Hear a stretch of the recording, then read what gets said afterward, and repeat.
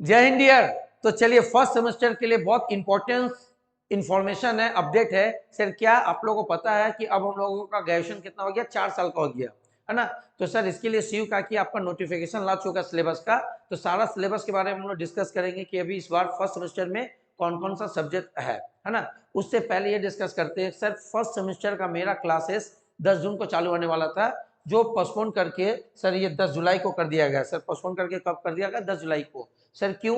क्योंकि हम जानते थे सर सिलेबस चेंज हुआ है, तो सर सिलेबस चेंज हुआ तो सर सब्जेक्ट में भी बहुत सारा चेंजेस आएगा, तो इसीलिए हम अपना क्लासेस को चेंज कर दिए, करके पोस्टपोन कर दिया 10 जुलाई को। जैसे देखो फर्स्ट सेमेस्टर पहले स्टैटिक्स था, अब वो स्टैटिक्स नहीं है।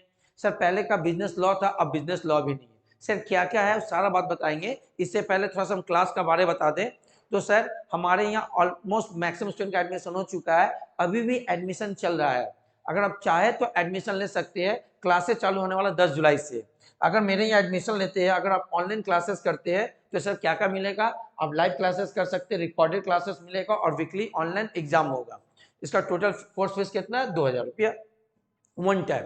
अगर आप ऑफलाइन आके क्लास करते हैं तो ऑफलाइन में आपको 1000 पर मंथ देना पड़ेगा। आपको फेस टू फेस यहाँ आके क्लास कर सकते हैं, है ना। लाइव क्लासेस है, रिकॉर्डेड क्लासेस है और वीकली आप लोगों का यहाँ एग्जाम होगा। ठीक है, ये पहले ही बता चुके थे। केवल क्या हुआ, 10 जून को क्लास होने की जगह पर पोस्टपोन करके 10 जुलाई के किए थे। एक तरह से ठीक किए, नहीं तो फिर हम लोग स्टैटिक्स बिहार पढ़े होते तो कोई काम का नहीं होता है। ठीक है, और यहाँ इवन फाइनल अकाउंट्स रखा गया, बट उसमें बहुत सा चैप्टर हटा दिया गया। ठीक है, तो जल्दी से इस बात को आप लोग क्या करिए, दोस्तों में क्या करिए, शेयर करिए, है ना। और दोस्तों लोगों को ज्यादा से ज्यादा इन्फॉर्म करिए कि हम लोगों का यहाँ क्लासेस कब से चालू होने वाला है, 10 जुलाई से। ओके, तो चलिए अब हम बताते हैं कि आप लोगों का फर्स्ट सेमेस्टर के लिए इंपॉर्टेंट नोटिस क्या है। ठीक है, तो चलिए सर बताते हैं। तो आप लोग का फर्स्ट सेमेस्टर के इंपॉर्टेंट नोटिस क्या है? तो देखो आप लोग का पूरा डिक्लेयर कर दिया कि आप लोगों का ग्रेजुएशन अब कैसे होगा। तो देखो सबसे पहले हम लोग ग्रेजुएशन बोलते थे पास और ऑनर्स, अब पास ऑनर्स ना बोलकर क्या बोला जाएगा? अगर अब अभी बहुत स्टूडेंट ये भी सोचा सर ग्रेजुएशन 4 साल का ही है, अब चाहो तो 3 साल भी करके छोड़ सकते हो। बट अब 3 साल का ग्रेजुएशन को क्या बोलेंगे, 4 साल का ग्रेजुएशन को क्या बोलेंगे? सर पहले हम लोग पास ऑनर्स बोलते थे, दोनों 3-3 साल का होता था। अब सर अगर आप 3 साल का ग्रेजुएशन करते हो तो आपको नाम दिया जाएगा, आपका जो होगा उसका नाम होगा 3 इयर्स बीकॉम कोर्स। क्या माना जाएगा? 3 इयर्स बीकॉम, है ना। क्या माना जाएगा? 3 इयर्स बीकॉम माना जाएगा। अगर आप 4 साल का कोर्स करते हो ग्रेजुएशन, तो 4 साल का ग्रेजुएशन में भी क्या दो नाम है। एक नाम क्या है? 4 इयर्स बीकॉम ऑनर्स या ऑनर्स विद रिसर्च। इसका मतलब 3 साल का कोर्स करो तो 3 इयर्स बीकॉम कराओगे। अगर 4 साल का करते हो तो 3 इयर्स बीकॉम, है ना, ऑनर्स या honours with research. Sir research क्या है आपको लास्ट ईयर अभी और आगे बताएंगे। लास्ट ईयर में क्या होता है, किसी सब्जेक्ट पर आपको अच्छी तरह का डेप्थ स्टडी करना पड़ेगा, जो आप किसी टीचर के गाइडेंस में। ओके, बट अभी इतना समझो सर, अब ग्रेजुएशन कितने साल का? आइदर 3 साल का या 4 साल का। अब 3 साल बाद भी छोड़ोगे तो ग्रेजुएट कहलाओगे, बट वो क्या कहलाएगा? 3 इयर्स बीकॉम। अगर 4 साल बाद छोड़ते हो तो आपके पास दो ऑप्शन है, 4 इयर्स ऑनर्स करो या 4 इयर्स रिसर्च करना है। ठीक है, ये दिया गया। उसके बाद सर क्या, हम इसमें मेन बात बता रहे हैं। आप बाद में इस नोटिस को हम आप लोग को टेलीग्राम चैनल में अपलोड कर देंगे, बहुत स्टूडेंट जो हमारे यहाँ, या आप लोग यहाँ भी आराम से पूरा रीड कर लोगे। ठीक है सर, उसके बाद क्या है, ये एकेडमिक सेशन कब से चालू होगा? 23-24 से जो आप लोगों का है। इस बार एडमिशन होगा 23 से, सर 24 में चलेगा, 23-24 से। ठीक है, ये 23-24 से इस बार सेशन चालू होगा। सर उसके बाद क्या है, उसके बाद देखिए सर इंपॉर्टेंट बात बता रहे हैं, आप लोग थोड़ा देखते चलोगे, है ना, जो आप लोगों के लिए जरूरी है। सर क्या, सबसे पहले देखो यहाँ बताया था ना, 4 इयर्स बीकॉम ऑनर्स या ऑनर्स विद रिसर्च होगा ये कोर्स, और 3 इयर्स बीकॉम माने कोर्स का एक सेकेंड यहाँ से जाते हैं। हाँ देखो यहाँ से चालू हो रहा आप लोगों का कोर्स का, थोड़ा बढ़े।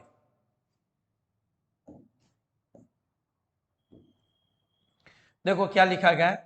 सबसे पहले इस बार कोर्स का टाइटल का रखा गया, टाइटल एंड कमेंसमेंट। इस बार भी पहले हम लोग को पास कोर्स ऑनर्स कोर्स बोला जाता था, अभी बोला जाएगा 3 इयर्स बीकॉम।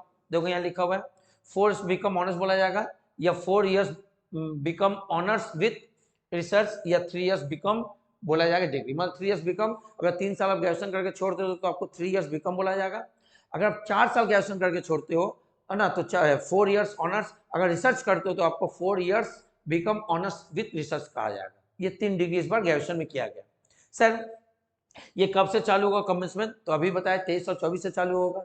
नेक्स्ट उसके बाद सर क्या, थोड़ा सा देखते चलिएगा ड्यूरेशन ऑफ द प्रोग्राम। तो देखो ड्यूरेशन ऑफ द प्रोग्राम कितना ही समझना है सर, जो 4 साल का है ग्रेजुएशन, जो 4 साल का है, तो 4 साल में सर 8 सेमेस्टर होगा, और 3 इयर्स जो बीकॉम वो 3 साल का, तो इसमें 6 सेमेस्टर होगा। तो देखो लिखा है विथ मिनिमम ड्यूरेशन, आपको मिनिमम ड्यूरेशन कितना दिया जाएगा, 8 आपको सेमेस्टर दिया जाएगा, है ना, 2-4 semester, and consecutive semester of 6 month each. Her semester कितने महीने का होगा, 6 महीने का होगा। The odd semester will be started month of July and even semester started month of January। Sir जो ऑड सेमेस्टर है, जैसे आप लोग पहले एडमिशन लो तो पहला सेमेस्टर होगा फर्स्ट ईयर का, तो सर ये जुलाई से चालू होगा, और सेकंड सेमेस्टर का जनवरी में। फिर सर ऑड थर्ड सेमेस्टर चालू होगा अगले साल का जुलाई में, फिर क्या होगा फोर्थ सेमेस्टर, फिर उसके अगले साल का जनवरी में। समझ में आए? ये आपका मतलब अगर आप 4 साल का कोर्स कर रहे हो तो आपको 8 सेमेस्टर का एग्जाम देना पड़ेगा। अगर आप सर 3 इयर्स बीकॉम कोर्स कर रहे हो तो आपको कितना एग्जाम देना पड़ेगा, आपका ड्यूरेशन होगा 6 सेमेस्टर का, ठीक है। बट वैसे ही उन लोगों के साथ रहेगा, आपका पहला सेमेस्टर जुलाई में चालू होगा और सेकंड सेमेस्टर का जनवरी में। तो सर जुलाई में क्या रहेगा, ऑड, माने first semester, third semester, fifth semester. अगर सर जनवरी में सेकंड, फोर्थ और सिक्स, ये आप लोगों को दिया हुआ है ना। हाँ, एक बात सबसे इंपॉर्टेंट ये याद रखना, देखो यहाँ 7 इयर्स लिखा हुआ है सर। 7 इयर्स मतलब अगर आप एडमिशन लेते हैं 3 साल का, मान लो बीकॉम में एडमिशन लिए तो 3 साल में कंप्लीट हुए तो अच्छा बात है। अगर किसी रीजन से अगर कोई पेपर आपका सप्ली रह गया, फेल हो जा रहे हो, तो आपको मैक्सिमम टाइम दिया जा रहा है कितना, 7 साल। सर 3 साल के बाद नहीं, 3 साल से 7 साल, मतलब 3 साल के बाद और 4 साल एक्स्ट्रा दिया जा रहा है। उसमें अगर आप कंप्लीट करके ग्रेजुएशन कर लिए तो अच्छा है, नहीं तो फिर आपको ग्रेजुएशन फिर मौका नहीं मिलेगा। वैसे ऑनर्स के साथ भी है। इसका मतलब जो 2023 में एडमिशन ले रहा, मैक्स टू मैक्स 7 साल, मतलब 2030 तक आपको ग्रेजुएशन कंप्लीट कर लेना है, उसके बाद फिर आपको परमिशन नहीं दिया जाएगा, ठीक है। तो मैक्सिमम 7 साल का समय दिया गया है। क्लियर हुआ यहाँ तक? तो सर यहाँ तक कहा समझ में आया?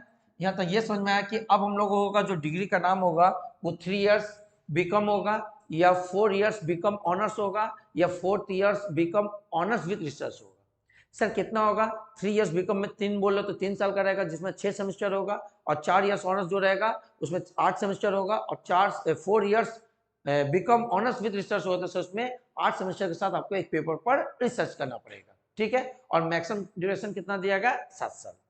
ओके, आगे सर, आगे आते हैं। सर ये एप्लीक्विटी किसके लिए होगा, सर ये एप्लीक्विटी होगा, बताया गया कि इस साल के स्टूडेंट के लिए। ये एप्लीक्विटी किसके लिए होगा, इस साल के स्टूडेंट के लिए, है ना। तो देखो एप्लीकेबिलिटी और रेगुलेशन ये छोड़ो, अपना पढ़ लो, गया मेन बात बताए जा रहे हैं, आप लोग थोड़ा सुनते चलो, ठीक है।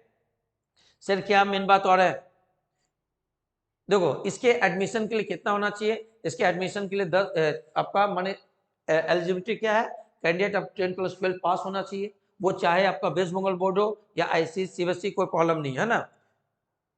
आगे बढ़ते हैं, देखो यहाँ लिखा हुआ है, अच्छा यहाँ एक बात लिखा हो जो मेन बात समझना है कि अगर कोई स्टूडेंट जो क्लास 12 पास किया है लास्ट ईयर 3 साल पहले, तो वो यहाँ एडमिशन नहीं ले सकता। After lapse of more than 3 years from the passing of previous qualifying examination, वो एडमिशन नहीं ले सकता। तो no candidate shall be allowed to the take admission.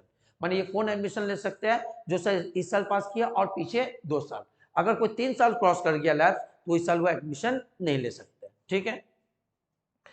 हम थोड़ा मेन बात बता रहे हैं, आप लोग थोड़ा सा देख लेना, नहीं तो वीडियो बड़ा हो जाएगा, इसलिए मेन बात बता रहे हैं। जो अभी बताए थे सर, इसके लिए क्या होना चाहिए, क्लास 12 होना चाहिए, चाहे वेस्ट बंगाल CBSE ICSE कुछ भी हो। सर CBSE ICSE और national institute of open school, तब भी वो एडमिशन ले सकता था। सर पहले क्या होता था, CBSE ICSE और नेशनल इंस्टीट्यूट को करना पड़ता था, है ना, माइग्रेशन सर्टिफिकेट देना पड़ता था। इस बार वो भी नहीं रहा, देखो लिखा need not required to submit the, है ना, माइग्रेशन सर्टिफिकेट। मैंने इस बार CBSE ICSE और नेशनल स्कूल के लिए कोई माइग्रेशन सर्टिफिकेट नहीं लगेगा, ठीक है। सर आगे बढ़ते हैं, और एक बात, आप लोगों में से बहुत से स्टूडेंट का देखोगे ऑप्शनल में इन्वायरमेंटल स्टडी था, कैसा इन्वायरमेंटल एजुकेशन था कि नहीं। तो सर वो इन्वायरमेंटल एजुकेशन जो था, इन्वायरमेंटल जो एजुकेशन था सर, उसको कंसीडर नहीं किया जाएगा बेस्ट ऑफ 4 में, है ना। आप लोगों का जो एडमिशन होगा वो कैसे एडमिशन होगा, टॉप 4 सब्जेक्ट का।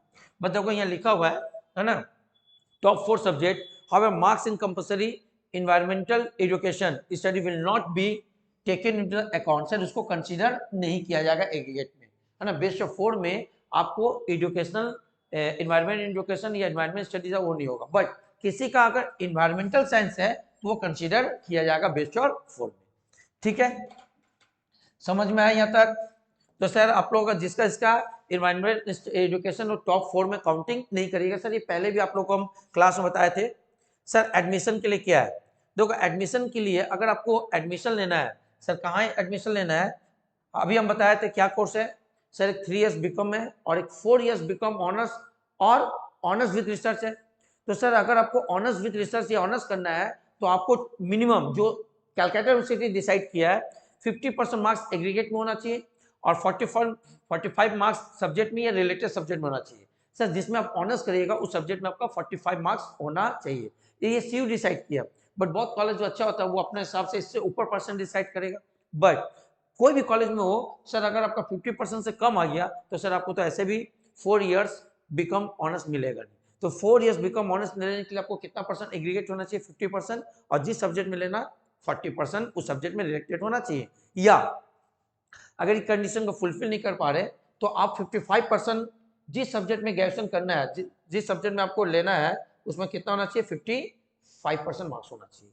देखो यहाँ लिखा हुआ है 55% मार्क्स इन द सब्जेक्ट या रिलेटेड सब्जेक्ट, है ना। इसका मतलब आप ऑनर्स में अकाउंट्स में ऑनर्स करिएगा तो आपको अकाउंट्स में अगर 55 मार्क्स है तभी आप इसमें ऑनर्स 4 इयर्स बीकॉम ऑनर्स ले सकते हो और या 4 years BCom honours with research ले सकते हो, ये कंडीशन रखा।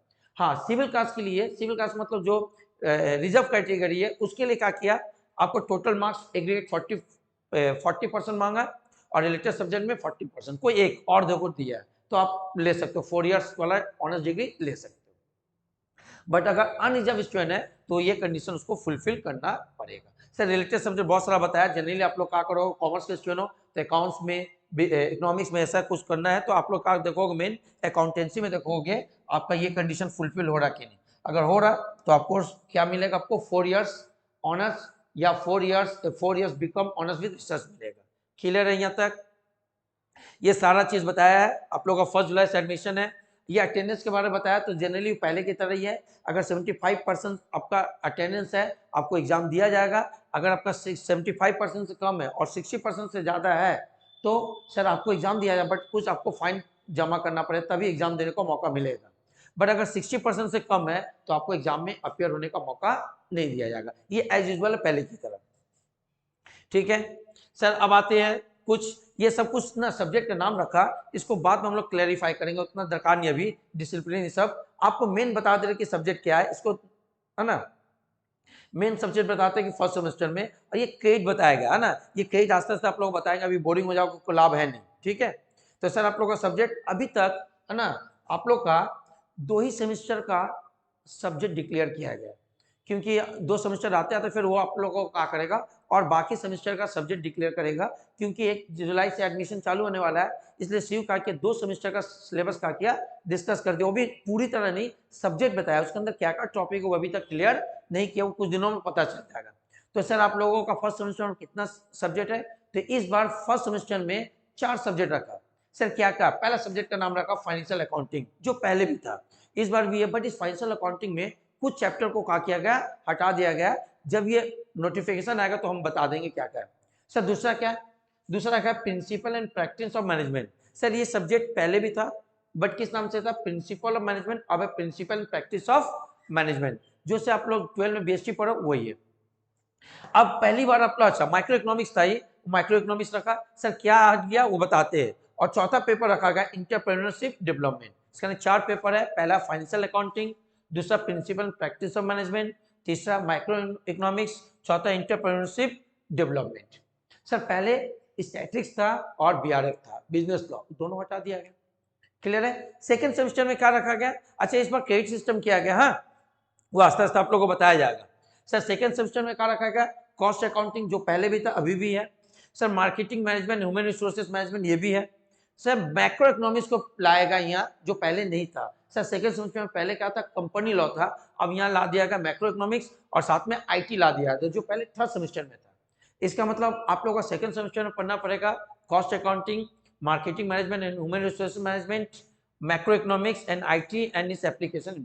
ये 2 सेमेस्टर का सिलेबस आप लोगों को डिक्लेयर किया गया है, बाकी सेमेस्टर का बाद में डिक्लेयर किया जाएगा। और इवन सर 2 सेमेस्टर का जो सब्जेक्ट डिक्लेयर किया गया वो अभी तक उसके अंदर क्या कंटेंट है वो नहीं बताया गया, ठीक है, वो कुछ दिन में पता चल जाएगा। आप लोगों का 1 जुलाई से क्या है, एडमिशन चालू है, इसी बीच में आके नोटिस आया था तो आप लोगों को बताएंगे, ठीक है। शायद आप लोगों को क्लियर हुआ होगा। अगर आप लोगों को कोई डाउट है तो जरूर कमेंट करिएगा, फिर उसको हम लोग वीडियो बना के आप लोगों को क्लियर करेंगे, ठीक है। तो आप लोग से रिक्वेस्ट है, वीडियो ज्यादा से ज्यादा क्या करिए, शेयर करिए और लाइक करना मत भूलिए, ठीक है। तो आज के लिए यहीं तक, मिलते हैं नेक्स्ट वीडियो में। तब तक आप लोग अपना बहुत बहुत बहुत ज्यादा ख्याल रखिए और सेहतमंद रहिए। जय हिंद। और 10 जुलाई से क्लास चालू हो रहा, मत भूलिएगा, ठीक है। अपने दोस्तों में जल्दी से जल्दी बताइए, मैंने ज्यादा से ज्यादा बताइए। Okay, bye.